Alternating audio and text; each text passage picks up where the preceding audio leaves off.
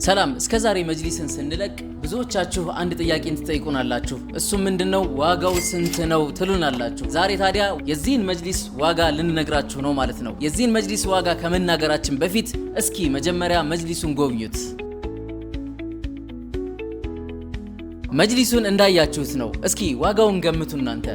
አሁንም ለመገመት እንዲመቻችሁ እስኪ ልግለጽላችሁ እንዴት እንደተሰራ ማለት ነው። መቀመጫው ላይ ያለው ጨርቅ ከቱርክ የመጣ ጨርቅ ሲሆን ቦንድዱ ጥራት ያለው ቦንድድ ነው። ከፍታ 30 ነው። ድርብ የሆነ ፍሬምን ነው የተጠቀምነው። እንግዲህ እንደምትመለከቱት እዚህ ጋር ደግሞ ከፋዩ እንደማንኛውም ኖርማል ከፋይ ሳይሆን ለመጅሊስ ተብሎ የተሰራ ከፋይ ነው። ስለዚህ እናንተ ምን ያክል ዋጋ ወጣችሁለት?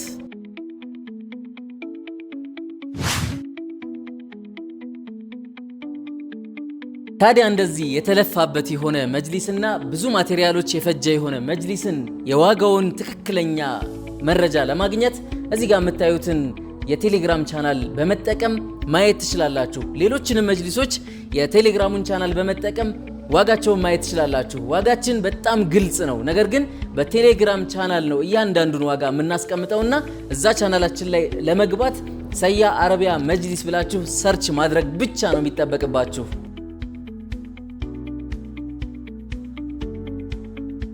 ሌላ የረሳሁት ነገር በየጊዜው የምንለቃቸውን መጅሊሶችም ሆነ እቃዎቻችንን እያያችሁ ዋጋውን ለማወቅ ከፈለጋችሁ ጆይን በማድረግ ቻናላችን ላይ መሳተፍ መቀላቀል ይኖርባችኋል ማለት ነው።